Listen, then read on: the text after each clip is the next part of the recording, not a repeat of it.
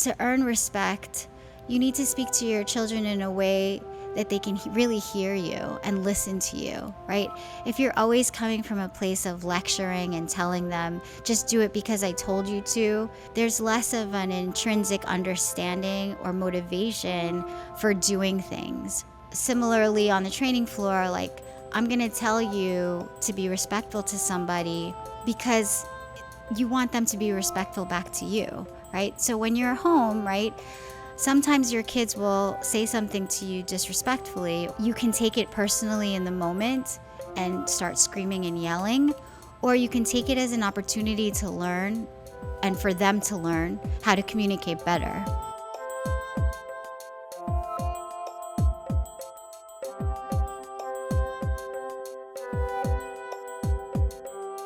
Welcome to another episode of the Black Belt Parenting Podcast. Today, we're going to be talking about another really important characteristic of Black belts or of parenting, which I love to talk about all the time at our school, which is respect. It's an aspect of martial arts that is highly regarded and one of the most important reasons why people do martial arts, especially parents for their children. Over the years, I've seen the change in how respect is defined. But for today's purposes, we're going to really talk about respect when it relates to martial arts and how it relates to how you can teach respect to your children when you're parenting them along the different developmental stages of their life. So today, when we talk about respect, we talk about having high regard for someone or something, right? So in the martial arts, respect is displayed in so many different ways. And we always like to say that martial arts begins and ends with respect. Culturally, martial arts in different countries demonstrates respect in different ways. And I want to say traditionally, no matter where you come from, respect has been a really big aspect for how you treat your elders and your teachers. So it kind of like trickled its way into the martial arts in different ways, right? For my own personal culture, I'm from the Philippines. My parents are from the Philippines, and it's an Asian culture. We really have a deep respect for our elders. And so growing up, we were taught to demonstrate that not only in the way that we treated them, but in the way that we greeted them. So no matter if you knew them or you didn't, we had a tradition, and it's called the mano po, which directly means your hand, please, and with respect, right? So what we do in our culture is, as children, for our elders, or even as an older person, when I see an older adult, I will go up to them, I will grab their hand and bring the top of my head to the top of their hand. And we basically pay respects in that manner. So it's considered disrespectful if you go into a room and you see elders and you don't perform this act. So for myself, right, this whole act of doing the mano po or giving respect to my elders really was embedded in how I grew up, right? And so it was a form of respect, and it was a way that we really showed our humility towards our elders. So for me, that's what respect started out as, right? And then traditionally, I feel like the way that my parents parented, it was more from an authoritarian perspective.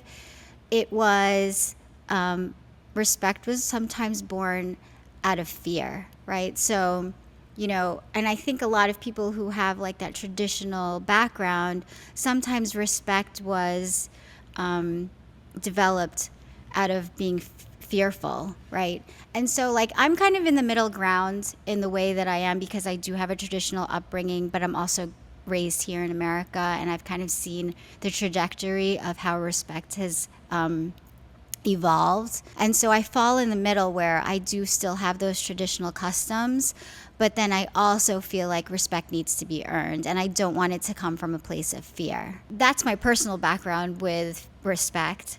And then as I started to do the martial arts, it changed a little bit too. And I saw the development of respect in our students in different ways, and how we implement learning and teaching respect on the training floor. So there's several ways that we try and instill the aspect of respect in our kids.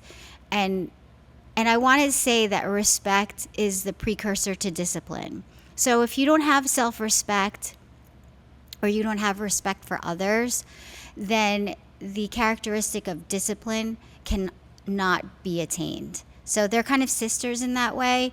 And we spoke about discipline in a previous episode. And I feel like respect is a good way to follow up with discipline because it's a great way to lead into it as well. First and foremost, when students enter the school, we teach them from the very beginning, even when they come in for an introductory lesson to try out the school, we have them pay respects. And we usually do it in the traditional Thai style where we have them put their hands together, or, we'll do different other styles where we'll have them bow before they enter the training floor. Because we teach multiple disciplines and different arts here at the school, anything is acceptable as long as the meaning behind it is that you're paying respects, right? And so it shows respect for the space, respect for the teachers, respect for yourself, respect for whatever we're doing here in this place, not because if it's a holy place, but it's a place where you want to have the humility to learn from yourself, from your teachers, from others. So that whole aspect of paying respects, and then when you're entering the floor and when you're leaving the floor becomes very important in you being a humble learner. So that's the most basic way that we teach respect here at the school. Sometimes people do it out of habit and they don't understand. The act of emptying your cup, which we talked about in earlier episodes, is allowing you to become humble to learning all aspects of anything that we're doing here at the dojo. We also teach that before and after drills, you're doing the same motion of paying respects to your partner. So again, we're directing this whole act of respect towards the individual that you're training with, or towards the teacher that's holding pads for you, or towards the assistant that's holding pads for you. So before drills, after drills, again, we're doing this act of paying respects, right? Along with that, especially with the younger kids, we like to instill language, right? So we teach them, yes, ma'am, yes, sir, making eye contact when you're talking to someone, when you're talking to an instructor. In fact, one of the drills that we have in our Explore, our 3 and 4-year-old and 5 and 6-year-old program, our Little Dragon program, is where the kids do a staring contest where they learn the actual physical act of making eye contact and how important that is in having respect for yourself and having respect for others. So this whole idea of making eye contact, of paying respects, of saying yes, ma'am, or yes, sir. So your language, your eye contact, the way you carry your body, right? All of those things become really important in having respect for yourself, gaining respect from other people, and then showing respect for your peers, your teachers, your elders, or anybody else that comes into your life. And hopefully that transfers outside of the school.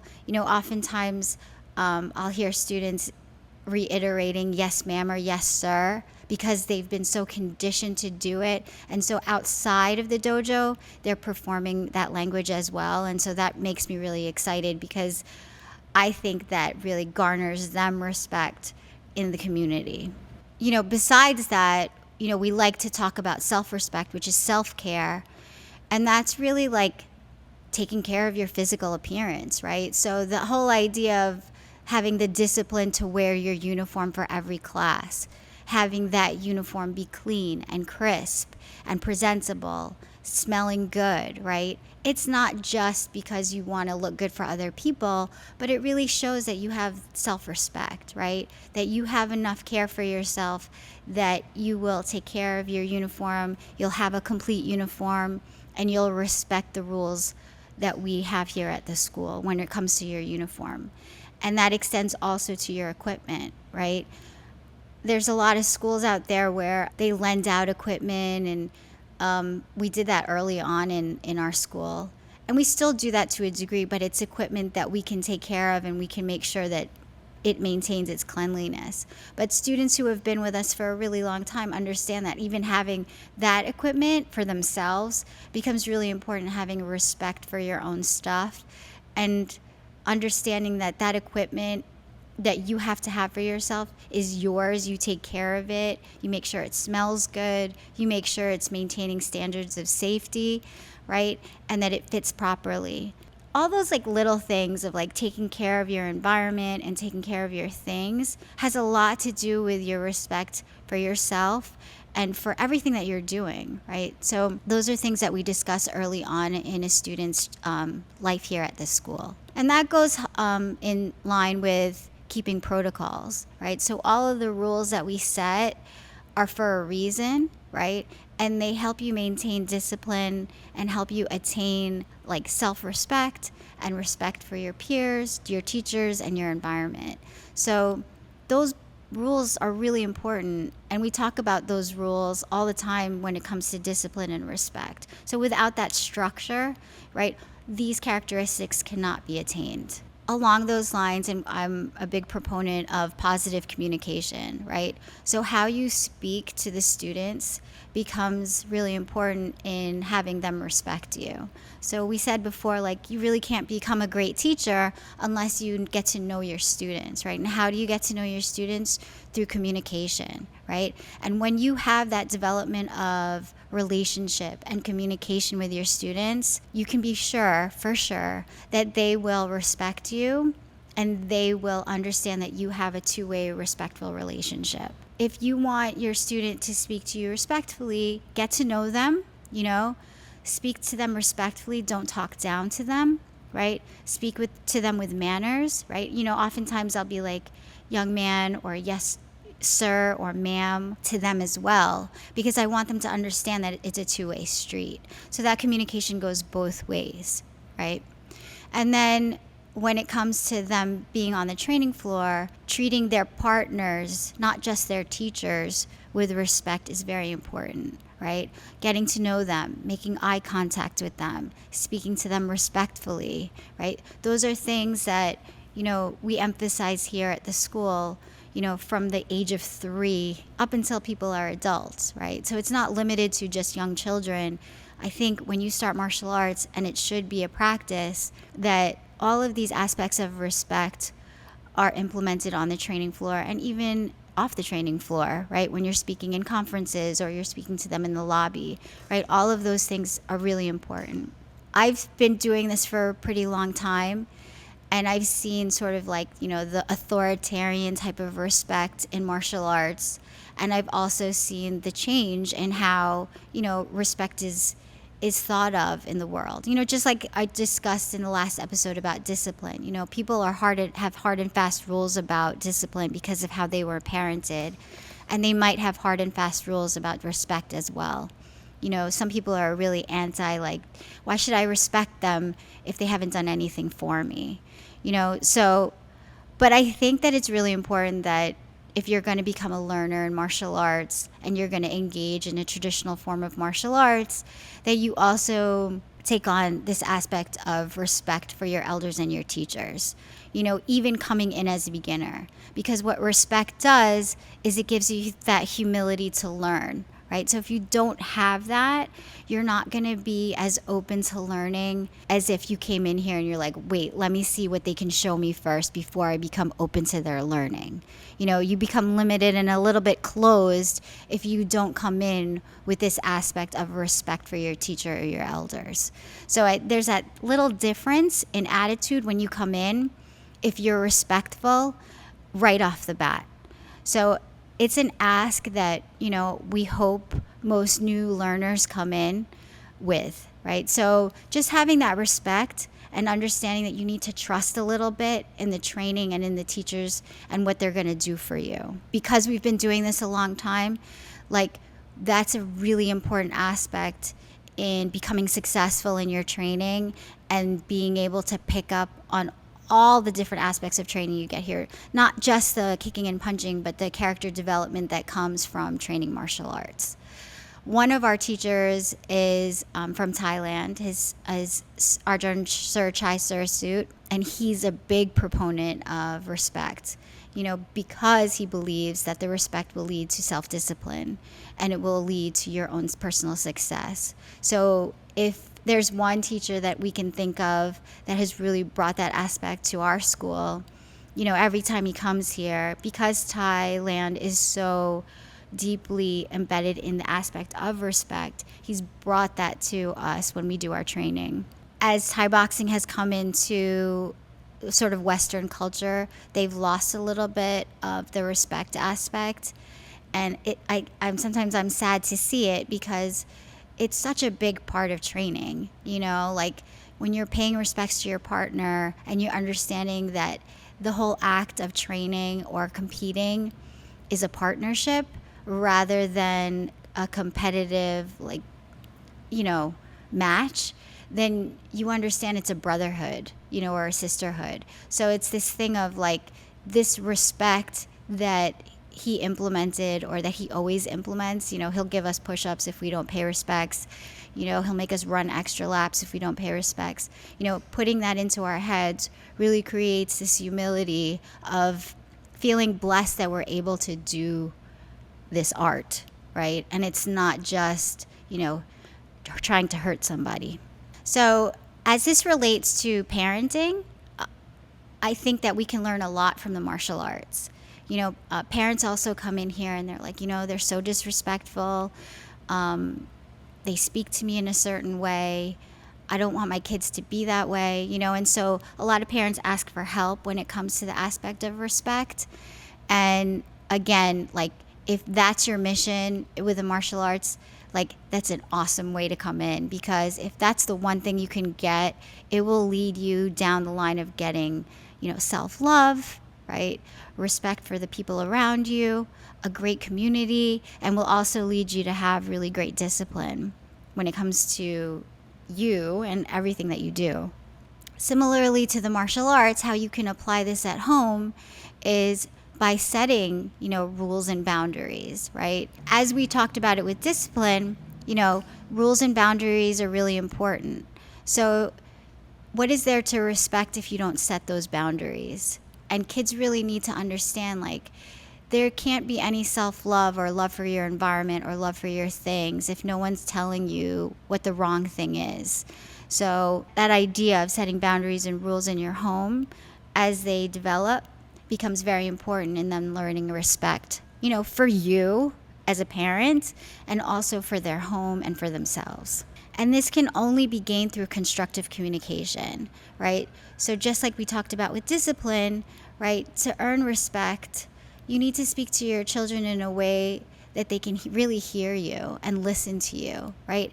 If you're always coming from a place of lecturing and telling them, just do it because I told you to, there's less of an intrinsic understanding or motivation for doing things, right? So similarly on the training floor, like, I'm going to tell you to be respectful to somebody because you want them to be respectful back to you, right? So when you're home, right, sometimes your kids will say something to you disrespectfully, or as you think disrespectfully. You can take it personally in the moment and start screaming and yelling, or you can take it as an opportunity to learn and for them to learn how to communicate better. Like, oftentimes I have a teenager and she'll speak to me in a certain way unknowingly, right? Because I give her the benefit of the doubt and I understand that she's still young, right? And I'll stop her and I'll be like, let's try that to say that a little bit differently, because I didn't like the way that it felt coming out. And so learning how to teach them how to speak more respectfully is really important, and not coming from a place of like, how dare you speak to me like that? It comes off a little bit different, right? You can almost say that when you're in a fight with your partner, instead of coming back being reactive and emotional and taking things personally, stop for a minute and tell them how you feel, how it made you feel, how their communication didn't land properly.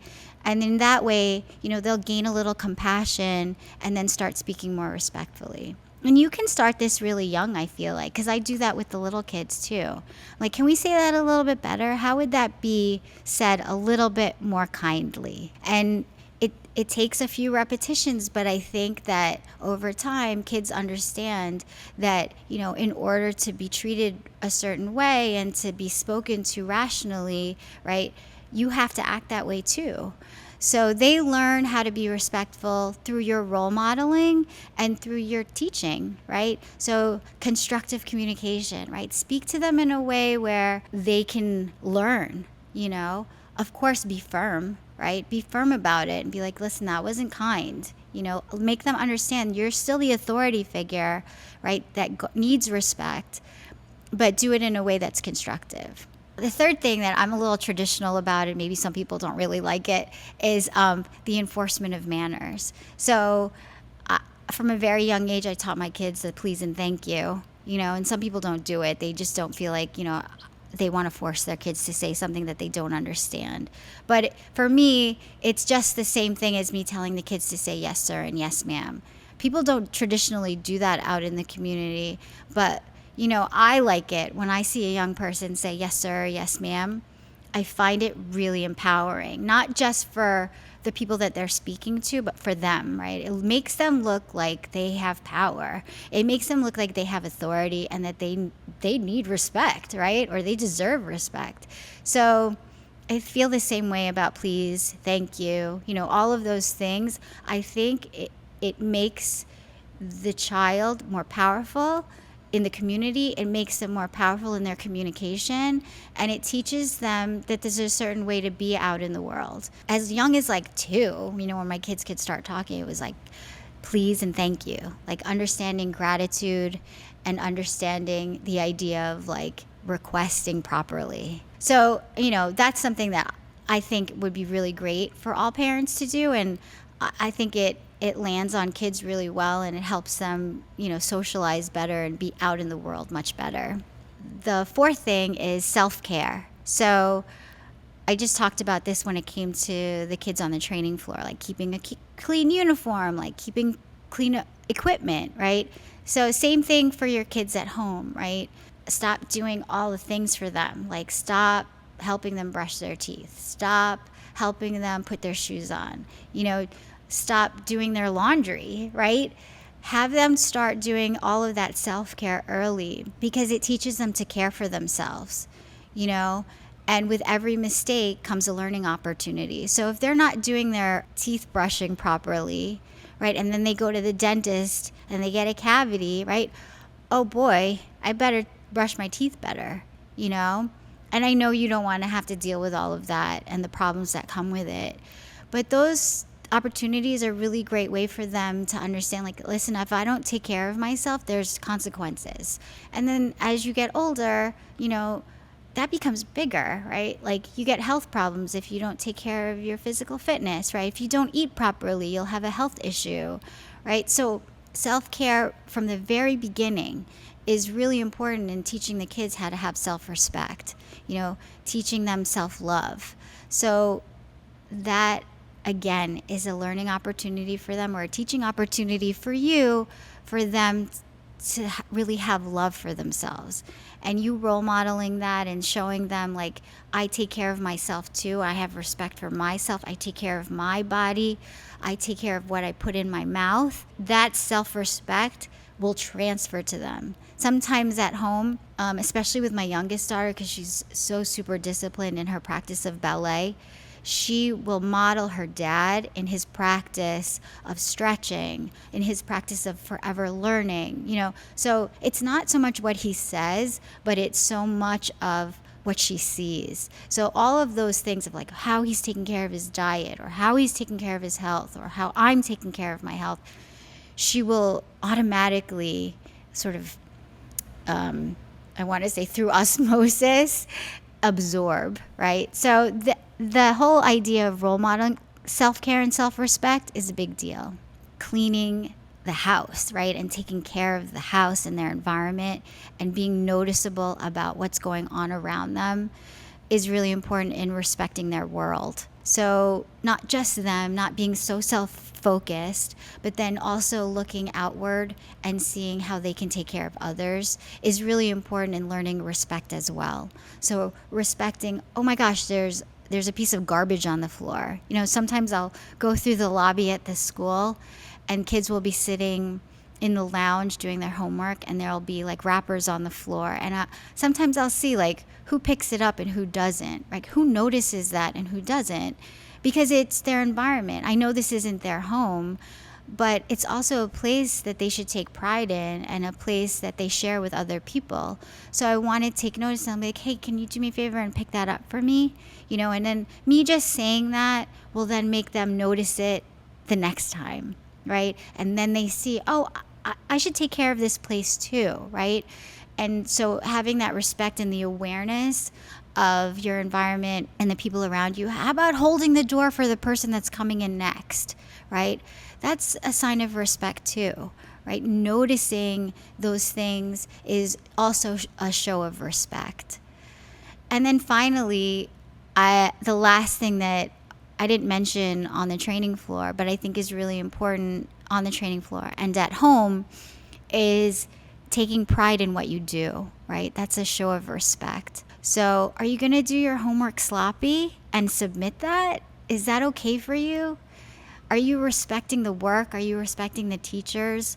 Are you respecting your education? Are you respecting yourself? When the kids are on the training floor, they have the option, especially when they get older, like, are you going to give 100% intensity or are you just going to give like 50% and do the minimal possible?